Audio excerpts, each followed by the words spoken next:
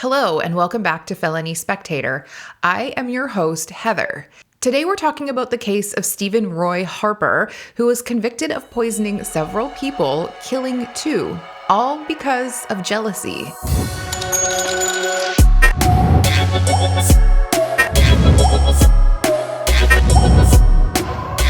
This case is interesting because it took a while to solve due to the nature of the poison. Let's get into it. Steven Harper was born on April 18, 1953, and grew up in Omaha with his family. He had a seemingly happy childhood. He was a great kid, had excellent grades, and was also typically a curious child. One day when he was 9, Steven and some friends decided to go to a nearby dump and set small fires using a jug of gasoline a friend had brought along. Some reports say they were trying to burn grass snakes. Other reports just say they were lighting trash on fire. One of the boys thought it would be a good idea to throw gasoline on a pile of garbage they had already lit on fire. Again, some reports say that Steven was the one who poured gas and accidentally lit himself on fire. Other reports say his friend threw the gasoline on the fire, which splashed and hit Steven, lighting him on fire. Steven's entire left side would be fully engulfed in flames, and people nearby shouted for him to roll on the ground to put it out. This action seemed to put the flames out, but Steven was very, very badly burned. Doctors gave him a very small chance to survive because he was severely burned. There are reports claiming that 65% of his body had been either burned with second-degree or third-degree burns. Miraculously, he survived, but had to undergo many surgeries to try and repair the damage. It was a painful journey with many nights spent in hospitals, and it crushed his self-esteem. It said that he was a confident kid before the injury, but afterwards, he became very introverted. Steven stopped playing with his friends and instead focused mainly on his schoolwork. He was always worried that people judged him for his severe scars or that he'd never have a girlfriend. He despised people even looking at him, let alone touching him. Steven ended up becoming so shy and withdrawn that he never once even tried to talk to girls. He never went on dates, never kissed a girl, and barely even spoke to girls. His lack of friendship and romance led him to develop a strong aversion to couples. He even acted as though he hated girls sometimes. Steven eventually graduated at the top of his class and went on to pursue a career in veterinary medicine. He much preferred animals to people. Around the age of 20, Steven started dating an old classmate from high school named Sandra Benton. Sandra had married right after high school, but that marriage didn't last, so she was recently single and ready to date again. In the summer of 1973, she and Steven started to get to know each other better. Steven was on summer break from Creighton University when he received a call from a friend informing him that Sandra was interested in him. It said that Steven fell madly in love with Sandra immediately. She was the first girl who ever showed interest in him, and she didn't seem to mind his scars. Sandra seemingly loved Steven as well and even wanted to start a family with him. Their relationship dissolved when he went back to the university after summer break, but we'll delve into more details on that later. Sandra went on to marry a man named Dwayne Johnson in January of 1995, which was a swift marriage. When Steven found out, he was heartbroken and even tried to convince Sandra to annul the marriage and give him another chance. Sandra declined. She wanted to marry Dwayne. Approximately 5 months later, on June 21st, 1975, Sandra, Dwayne, Sandra's siblings, and her parents were all sitting around outside her mother's home when Steven got out of his car wielding a shotgun. Steven's first shot was towards Dwayne. He missed Dwayne, and then Sandra's brother came outside to try and talk Steven into putting the gun down. Steven then turned towards her brother and shot him twice. When her brother fell down in pain from his injuries, Steven then turned the gun towards Sandra's mother's face. Buckshot would hit her in the face, almost taking out her eye. Everyone survived, thankfully, but Steven ran away and hid for over a year in Oklahoma. He was eventually apprehended in 1976 and charged with attempted murder and sentenced to 1 to 5 years. He did well in jail, stayed out of trouble, and was awarded parole after only 1 year. Steven returned to Omaha in 1977 and moved back in with his parents and brother. He then refocused on his passion for veterinary medicine. Steven got a job as a research assistant at the Epley Research Center in Omaha while he was enrolled in college. His duties involved caring for animals, mostly rats, that were used for experiments relating to cancer research. Steven enjoyed his job, but only worked there for about 5 months before quitting. He would tell friends that he was more excited about veterinary medicine and didn't want to work there. As far as Sandra knew, Steven was still in jail. Nobody realized that he could be freed after only 1 year in prison. Then, on Sunday, September 10th, 1978, Sandra and Dwayne Johnson woke up after sleeping in, tired from playing cards the night before. They had been out with their kids and didn't return home until about 1 a.m. Their 2-year-old daughter, Sherry, woke them up asking for cereal. She was hungry. So Dwayne went to get her a bowl and poured himself a glass of milk, commenting on how it kind of tasted funny. Sandra noticed it wasn't expired, so she was just going to put it back in the fridge. But Dwayne insisted that something was wrong with it. So to avoid an argument, Sandra poured it down the drain. Meanwhile, Sherry continued to eat her cereal. Sandra and Dwayne also had an infant son named Michael, who was 3 months old. He was still sleeping at the time, but being 3 months old, he was too young for cereal or milk anyways. Sandra's sister Susan was also in the home, and she too had gone out the night before to the card game. When Susan woke up, she poured herself a glass of lemonade and thought that tasted funny. Susan spat out the lemonade, but she was pregnant, so Sandra thought that her taste buds were just off and the lemonade went right back into the fridge. Around 10:30 a.m., Sherry, Sandra and Dwayne's daughter, mentioned that she had a tummy ache. She was still herself at this point, so Sandra took her to Walmart to do some shopping. Dwayne stayed home to paint the house. While he was painting, his in-laws Harold and Elaine Bennett came by to return a lawnmower they had borrowed on their way home from church. Dwayne welcomed the interruption because it was a really scorching hot day and he wanted something to drink. The three all went into the house together and the in-laws boiled water for coffee while Dwayne had a large glass of the lemonade. They visited long enough to have 2 full cups of coffee and some pecan pie. When they got into their car to leave, Elaine, Sandra's mom, mentioned to her husband that something seemed off about Dwayne. He was starting to talk really slowly and almost seemed like he was having trouble pronouncing words. She couldn't quite put her finger on what was wrong. Harold thought it was just because he was tired from painting the house on such a hot day. Sandra returned home from Walmart earlier than expected and informed Dwayne that Sherry had thrown up all over Walmart. She had to abandon her groceries so she could get Sherry home as soon as possible. While she was telling Dwayne about this experience, Dwayne suddenly threw up everywhere. Sandra felt fine, so she put Sherry and her husband to bed, thinking they must have gotten the flu. That afternoon, Sandra's younger sister Sally stopped in for a visit. Sally and her husband Bruce Shelton had taken their 11-month-old son Chad to Nebraska Furniture Mart. They were in the middle of doing some renovations and wanted to buy some new lamps.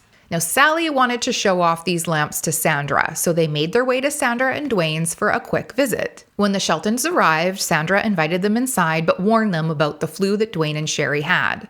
Sally and Bruce decided to go in anyways because it was such a hot day outside and they wanted to cool off for a bit and get something to drink. They shared some lemonade and little Chad had some as well. Sandra and her baby didn't have anything to drink. Sandra doesn't really like lemonade, and again, Michael was too young. The Sheldons didn't stay long, as Sally really just wanted to show off her lamps, and they were off to a birthday party for one of Bruce's nieces. While at the party, they had cake and some snacks, so on the way home, they stopped for Mexican food, which they loved and ate often. They got their food to go to eat at home.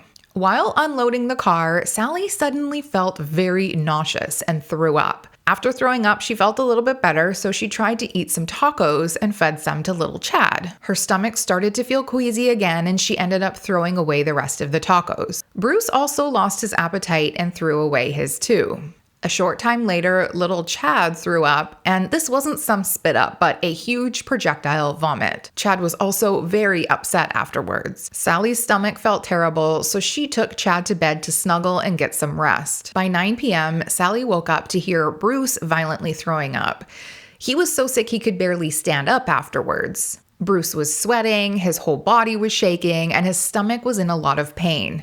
The three of them barely slept that night because they were so uncomfortable. At this point, the Sheldons thought they had either caught the flu from Dwayne and Sandra's house, or were sick from the Mexican food. Their biggest concern, though, was that Chad was just a baby, and he was the sickest of all three of them. Bruce made a call to their doctor to describe Chad's symptoms, but the doctor suspected food poisoning from the Mexican food. He said if by morning they weren't feeling better, they could bring Chad into the clinic. The following morning, everyone was still sick. Sally, Bruce, Chad, and Sherry and Dwayne were all violently ill. Dwayne Johnson skipped work that day and was in so much pain that even taking 6 aspirins at a time hardly did anything. His 2-year-old daughter Sherry was also in pain, constantly moaning and barely able to rest. At the Sheltons' house, Bruce thought he was feeling better and tried to go to work. Sally stayed in bed with Chad, still very weak from being so sick all night.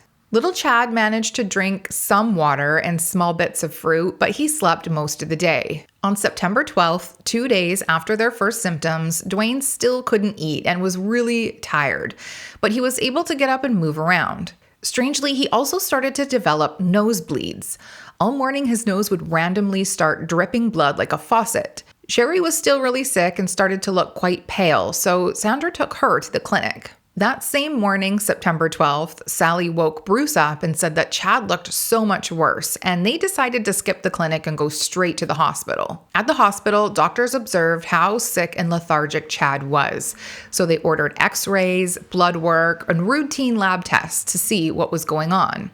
His vitals seemed fairly normal at first glance. He seemed like a healthy baby who was just sick. What struck doctors as odd was the slight yellow color in his eyes, which could indicate liver or blood problems. Chad was put on ampicillin in case of any infections. Sally thought, just by looking at her son, that this wasn't food poisoning. She just had a gut feeling that something was worse. The nurses tried to assure the Sheldons that he would be well taken care of, and they left the hospital feeling like they had no real answers. Not only was Chad seemingly getting more and more sick, but so were Dwayne and Sherry. Dwayne developed bright red blood clots over the white parts of his eyes, and he was now bleeding from his gums as well. Light was hurting his eyes, and he could barely stay awake. Back at the hospital, Chad was rapidly deteriorating. By 3 a.m., he was starting to turn purple. He had bruising around his eyes, on his stomach, and the palms of his hands and feet. The night nurse paged the doctor because she was scared something much worse than food poisoning was happening to this little boy. A pediatrician rushed to the hospital and ended up ordering more blood tests, including a platelet count. A spinal tap was also ordered to rule out meningitis. The spinal tap appeared normal, but the fluid was sent to the lab for confirmation.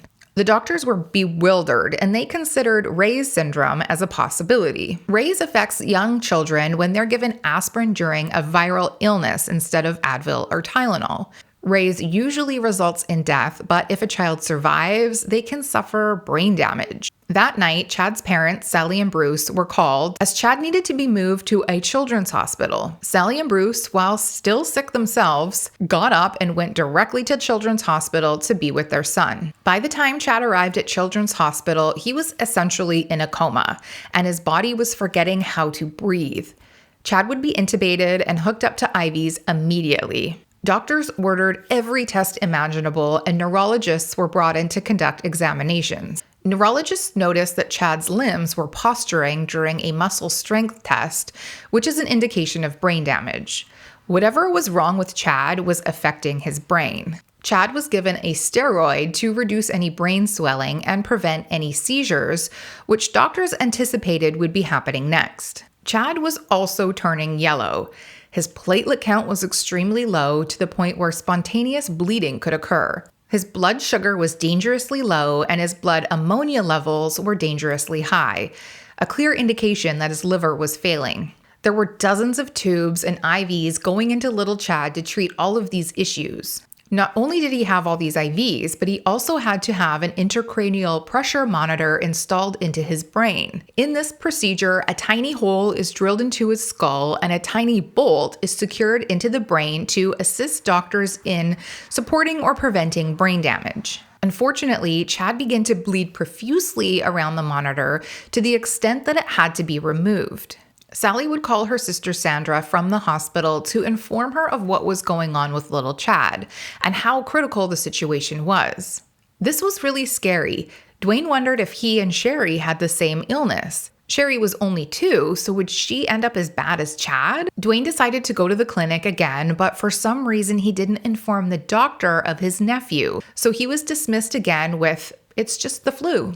The Johnsons returned home and Dwayne continued to get nosebleeds into the evening. Sandra's parents came over to see the family and took one look at Dwayne and told him that he needed to get help. Dwayne sneezed and blood started streaming out of his nose, so much that he had to get a bucket to catch it as tissues just weren't enough. Sandra finally took him to the emergency room. Now, again, they didn't tell the doctor that Chad, their nephew, was admitted, so the doctors packed his nose and he was sent home again. Thursday morning, September 14th, Chad's vitals were horrible. His heart rate was rapidly increasing and then rapidly decreasing. There was blood in his lungs and he was turning gray. Sadly, at 4:30 a.m., just 3 days before his first birthday, he was pronounced dead. An autopsy would be performed, which showed all sorts of abnormalities to his organs, mainly his liver from his illness, but nothing to indicate why. Sally called her sister Sandra from the hospital again to inform her of the horrible news. The family decided to all gather together and mourn at Sandra's home, even though Dwayne and Sherry were still sick. Sally and Bruce arrived from the hospital, and Harold and Elaine Bennett, the grandparents, came as well, as did Sandra's other brothers and sisters. Elaine became worried while they were all together. Dwayne still looked terrible with bloodshot eyes and was very, very weak. Sherry was also still in bed sick, showing no signs of improvement. Elaine insisted they get a second opinion from their doctor. Harold would take Dwayne, Sherry, and Sandra to his physician. When the doctor started to ask Dwayne questions about his symptoms, Dwayne suddenly stopped talking and stared at the floor. The physician told Sandra that her husband was being uncooperative and he wouldn't be able to help if Dwayne refused to talk. Sandra went to get her husband, shocked by this, and when she and the doctor walked back into the exam room, Dwayne's nose started to pour blood again. He then tilted over and fell onto the floor into a coma. Dwayne was immediately rushed to the hospital and his body was rapidly shutting down, just like Chad's. Dwayne was having seizures, his heart was beating at 180 beats per minute, his blood pressure was 230 over 120. Doctors also hooked him up to all sorts of IVs to reduce brain swelling and help his organs do their job. His platelets were also dangerously low and he was suffering internal bleeding just like Chad was. By Thursday afternoon, a nurse at the hospital who treated Chad when Chad was there overheard that a young man was admitted who was rapidly dying. This nurse questioned this and then ran down to the floor Dwayne was on and informed the doctor that Dwayne Johnson was related to Chad Shelton. Now knowing what the potential outcome could be, doctors brought in more specialists to try and figure out what was killing Dwayne and how to stop it. Sandra was then also asked to admit Sherry, their daughter, as well, so she could be monitored. Doctors found that her platelets were also dangerously low and she too had an enlarged liver. Both Dwayne and Sherry were transferred to Clarkson Hospital for more specialized care. Sadly, at 10:25 a.m., Friday, September 15th, the day after Chad passed, Dwayne also passed away. An autopsy was also given to Dwayne as well, and the doctor was stunned. Large chunks of Dwayne's brain were gone. His body had viciously attacked his liver and his brain. He had no chance of survival, even if they did figure out what was wrong. Doctors feared for Sherry because her platelet count was dropping. She was very lethargic and slurring her words. This was definitely not a virus or Ray's syndrome like they originally suspected. Over 20 doctors and health officials held a meeting to discuss the situation and decide what to do next. Pathologists thought it was more likely a toxic substance they ingested, but they didn't know what it could be. The CDC would need to get involved. They asked Sandra a million questions about what was in their home. Was their sewer backed up? Have they noticed strange odors? Was anyone spraying chemicals nearby? Sandra revealed that Dwayne was painting their home, but that was it. Environmentalists walked around their home, looked at the grass, looked at the cottonwood trees, observed squirrels. They took soil samples to see if there was any presence of any fungus or contamination. A city inspector examined their plumbing, which came back fine. Disease detectives collected samples of liquid left in drinking glasses. They took the pitcher used to make the lemonade, which had since been washed. They also poked around in the fridge and in cupboards. Perhaps there was an insecticide contaminating them. But no, nothing was there. They took water from a humidifier in Sherry's room, and the same routine was followed in Sally and Bruce Shelton's home. Nothing came back as suspicious, so more questions were asked. What did they all eat? Where did they go? What were they drinking? The only common item they all consumed was either lemonade made at the Johnsons' home or the milk. Dwayne and Sherry both had milk that morning, and they got sick. Dwayne was sure he drank lemonade after painting the fence as well. Sally, Bruce, and Chad had shared lemonade when they visited after buying their lamps. Before that day, the two families hadn't seen each other for about a week, so that was the only connection. Sandra didn't like lemonade, so she never drank it when it was made. Michael was too young for lemonade and mostly drank formula. Sandra's parents had coffee when they visited, and by then the milk had already been poured down the drain. What could possibly have been in the lemonade or the milk that would kill someone? To the health director, it seemed intentional, not accidental. Tissue samples were collected and sent by airline to Atlanta to be analyzed. There was 8 samples from Dwayne, 3 sugar samples from the sugar at the Johnsons' home, the same sugar used to make the lemonade, 2 Tupperware containers, 2 packages of powdered lemonade, pink lemonade flavor, cherry flavor, water samples, an unidentified liquid, and the ice cube tray. A second shipment with more samples went out the next day containing spoons, a bottle of formula, urine, and blood samples from Dwayne, Sandra, Sherry, Sally, and Bruce. Just about everything was tested for every known toxin, fungus, bacteria, chemicals, even major allergens were looked at. Figuring out what did this was looking really bleak. Everyone was convinced it was poison or some sort of toxin, but the CDC couldn't detect what it was. The Omaha Police Department was now also involved, but they had no idea what happened. And who would want to hurt the family? Sandra was sure nobody but family had entered her home. She was also sure that nobody had broken in. Nothing seemed out of place. Nothing was missing or moved. She admitted that her bedroom window didn't have a working lock and the screen could come out easily. But as far as she knew, nobody else knew about that. I don't know why at this point Sandra didn't bring up Steven Harper and mention his conviction for attempted murder. It's presumed that she thought Steven was still in jail, so it didn't occur to her to inform police of his fascination of her. When detectives looked up her ex-husband and other ex-boyfriends, their computers also stopped working. Now remember, this was the 70s. Computers were not reliable as they are today. Sandra ended up being the main suspect because she made the lemonade and didn't have any herself. She would be put on surveillance, and detectives also thought that she didn't seem all that sad. To them, she wasn't someone who was mourning her husband or had a very sick child. She was seen smiling and happy on the outside. The more detectives dug into Sandra's past, the more they learned how poorly she treated the men in her life. She was someone who could never be single. She loved the attention from men, but she had a fiery temper with them as well. Sandra wouldn't hesitate to just drop one man for another. She was also a jealous person and would go into rages if her man even looked at another girl.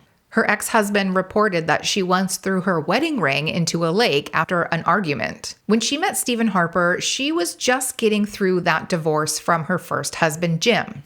The marriage with Jim was very turbulent, and she eventually left Jim because he couldn't have kids, and she thought kids would fix their problems. Once she left Jim, she immediately asked friends who was still single from high school, and she learned Steven Harper was.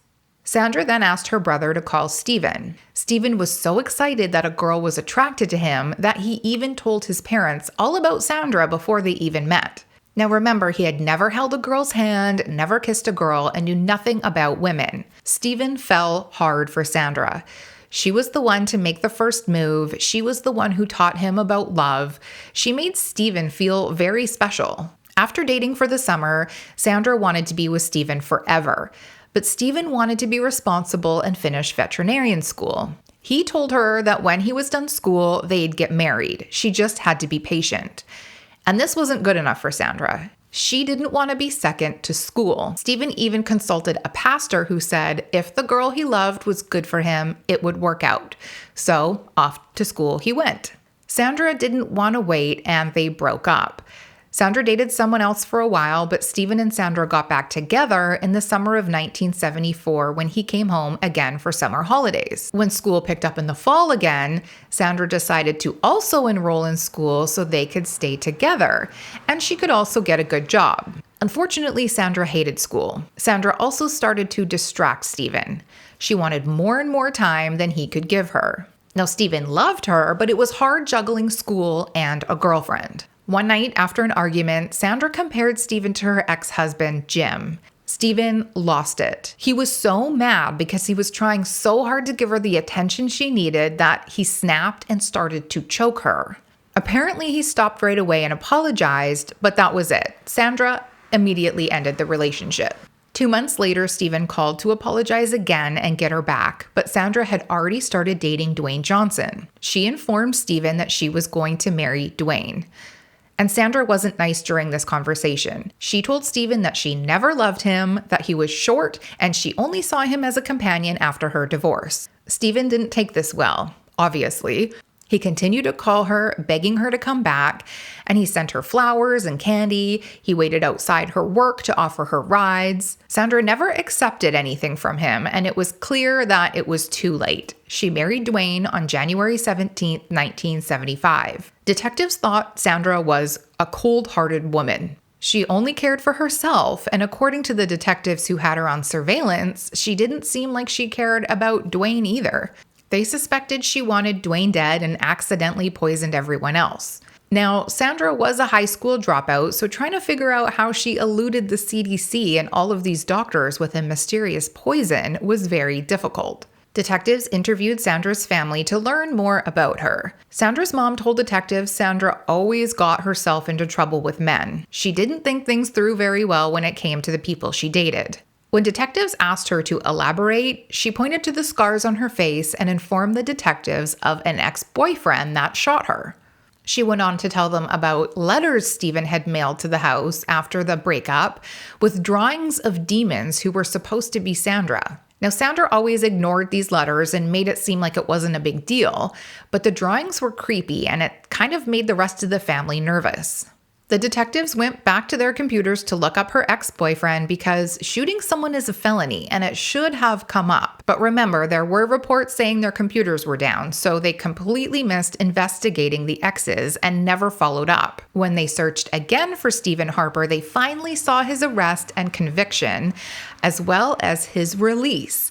He was, in fact, not still in jail like the Johnsons thought. Detectives now needed to track down Steven, find out where he lived and what he was doing. They learned he was recently working in a research center and had access to all sorts of chemicals. Coincidentally, one of the researchers from the CDC who was working on trying to figure out what had killed Dwayne and Chad called the detectives. She recognized the liver damage to something that she had seen in research work before. There was only one research center in Omaha where such chemicals could cause this type of damage: the Epley Center. The same center Steven Harper previously worked at. The pieces of the puzzle were starting to fit into place. Since there was motivation for Steven to want to hurt Sandra, a search warrant was issued for Steven's home on October 3rd, 1978. Steven wasn't home, but they still went into his house. His house was very clean and pretty bare. In the front room was an open chemistry book with notes laying around it. One saying, quote, "BJ died in 3 to 4 days. Number 2, lost much control in rear legs." Detectives gathered the notes, the books, as well as surgical gloves that were found in the kitchen. They also found chemicals that could be used to make explosives. In the garage, they found a structure containing small rat cages with feeders. No rats were there, but there were rat droppings indicating that at some point he did have rodents in his garage. Samples of the feeding bottles were taken as well. It definitely seemed like Steven was conducting some sort of experiments in his home on rats. I read in another report that there was also vials found that were the same type of vials used at the Epley Center. Epley had also reported that some of their rats were stolen or missing. Steven at this point had taken off to Texas to start a new life. He was working on a construction project for Daymar Inc., probably satisfied with himself that he inflicted so much pain onto Sandra. The poison in his mind was undetectable and unknown. If you didn't die, the poison would slowly eat away at you, more specifically your liver, for years to come. Steven believed nobody would think this was murder, and it almost worked. I read in some reports that none of the samples the detectives took from Steven's home revealed anything, but I also read that one of the vials found in his home did, but that wasn't discovered until a bit later. Then came an interesting phone call from Ron Bennett, one of Sandra's brothers. He remembered that he overheard in church that Eva Lou Harper, Steven's mom, had to take a dog and a cat to the vet in August of 1978 for a mysterious illness. Both animals suddenly became very ill and were bleeding from their gums. Sadly, they had died within days of the onset of this illness.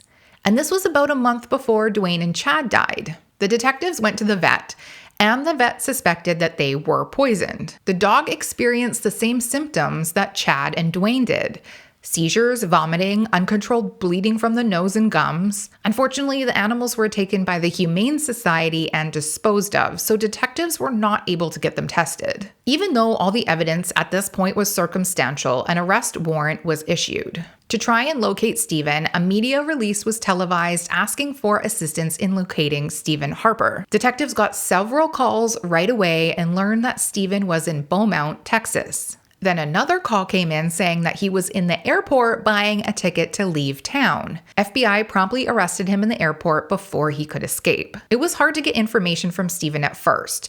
He refused to talk, but from what I have read, Steven was not mentally well. It said that he would go to work at the research center where he was calm and mild-mannered.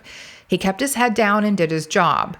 But at home, he was mixing chemicals and alcohol to get high. By doing this, he was making himself crazy. His obsession over Sandra and being angry only intensified, and it consumed him. One day at work, he overheard researchers talking about a chemical that was not well known and very toxic. His first thought was to take it himself to end his own life, but then he realized, why would he end his life when he could end the life of the person causing him so much pain? So he swiped some of the chemical and brought it home with him. He didn't know how toxic it really was, so he poured some into a bowl of milk for his cat. His brother's dog also ate some and became extremely sick that same night. He also started to experiment on rats to see how much poison he needed to use to make Sandra sick. Around this same time, he was also following Sandra and Dwayne around, stalking them to learn their schedules. Seeing them together just made him even more angry, and his mind was made up. He was going to break into their house and poison Sandra. When interrogators informed Steven that Sandra hadn't died, but her 11-month-old nephew Chad died, and Sherry Johnson, a 2-year-old child, was severely sick, it got to Steven. He didn't want to be a baby killer. He never intended on a child getting sick. Steven then cracked and admitted to still being in love with Sandra, and he was angry that he couldn't be with her. He also admitted to being responsible for poisoning everyone. He had snuck into the house and added poison into the juice jug and the milk in the fridge. What was the poison? Dimethyl nitrosamide. We'll call it DMN. DMN was a strong cancer-causing chemical, a carcinogen, that the researchers used to basically give rats cancer. The research center's goal was to cure cancer, but they needed the rats to have cancer so they could treat them. Steven's idea was to give Sandra and Dwayne cancer. He didn't intend on killing them right away, but hoped in years to come that they'd get liver cancer and die from that. Nobody would think it was anything other than cancer, and he'd get away with murder. DMN is very strong. Researchers have to wear gloves and masks to make sure that they don't accidentally ingest any themselves. It's odorless, it has a sweet taste, and metabolizes very quickly, leaving the body within 24 hours. Essentially, it causes the body to grow an aggressive form of liver cancer, but there's no cure to this form of cancer. In large doses, as we now know, it makes a person's liver bleed to death. Sherry was still very sick, same with Sally and Bruce, although newspapers reported that they had recovered. I suppose they were getting better in the sense that they weren't violently vomiting, but they still had lasting side effects from being sick. They were very tired and weak and bruised easily from the liver damage. I'm sure there was neurological side effects as well, but for the most part, they were now living with symptoms of liver damage with no cure. While Steven was incarcerated, waiting for his trial, he managed to cut his arms up really badly by reaching through the bars on the windows and breaking the glass. He then spelled out Sandy on the wall with his blood. He was found slumped over on his bed with the entire cell covered in his blood. Steven was slowly losing his mind. I'm not going to get too much into the trial, but I will say that it was messy and difficult. But in the end, Steven was found guilty of 2 counts of first-degree murder and 3 counts of poisoning with the intent to kill or maim. Steven was handed 2 death sentences for the 2 murders and 10 years each for the poisonings. Steven would submit appeal after appeal and attempt to get his sentence reduced or overturned. In his mind, he didn't think it was fair or constitutional to give him the death penalty. Nor did his lawyers, since he was seemingly mentally ill now, and I guess you can't impose the death penalty on someone with mental illness. He also wanted a mistrial for things that were said by the prosecution. He felt he was improperly questioned, and he wasn't given his Miranda rights properly before confessing. Each appeal was, however, denied. Steven's mental state in prison continued to decline, and he was eventually put on antipsychotic medication. Then in 1990, he started to pretend to take his pills, but was secretly stockpiling them in his cell. Then on December 6th of 1990, he was found dead of an overdose. Sally and Bruce ended up getting a divorce about a year after the trial. Losing their son and being sick was really hard for them to deal with together. Bruce started to heavily drink and use drugs to take away the pain of losing his son and his failed marriage. It's said he suffered from addiction and died in 1995 of complications of the poison and his addiction. He was only 37. Sally got remarried after the divorce and became a successful photographer, focusing mainly on children. She never had any more children of her own in fear of what would happen to her or her baby from the poison. Everyone said she was a kind and sweet lady who loved kids, but they saw as she aged, her skin yellowed and she was often very sick. She passed away on September 22nd, 2014 at the age of 57. I don't know what happened to Sherry. There's no recent updates that I could find, but being that she too was extremely sick, I'm sure she is living with complications as well. My thoughts? It never occurred to me in my wildest dreams that someone could be poisoned with cancer. It's crazy to me that Steven's brain went in that direction, that he would kill someone by giving them cancer. But Steven was mad, vindictive, and had access to all sorts of unknown chemicals.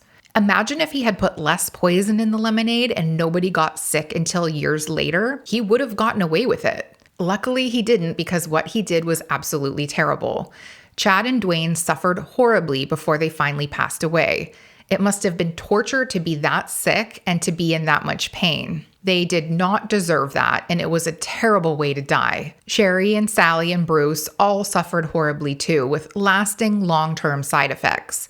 Not to mention, Bruce and Sherry also lost their baby. For Steven to say that he only wanted Sandra to die is pretty naive. He put poison in milk, and there were kids in the house, so of course he knew that they would ingest it. I'm not usually someone who supports the death penalty, but in this situation, absolutely, he deserved it. Steven was a smart man and he knew what he was doing. What are your thoughts? Have you heard of this case? What's your thoughts of poisoning someone with cancer? That's it for today. Thanks again for joining me here at Felony Spectator, and we'll see you again soon.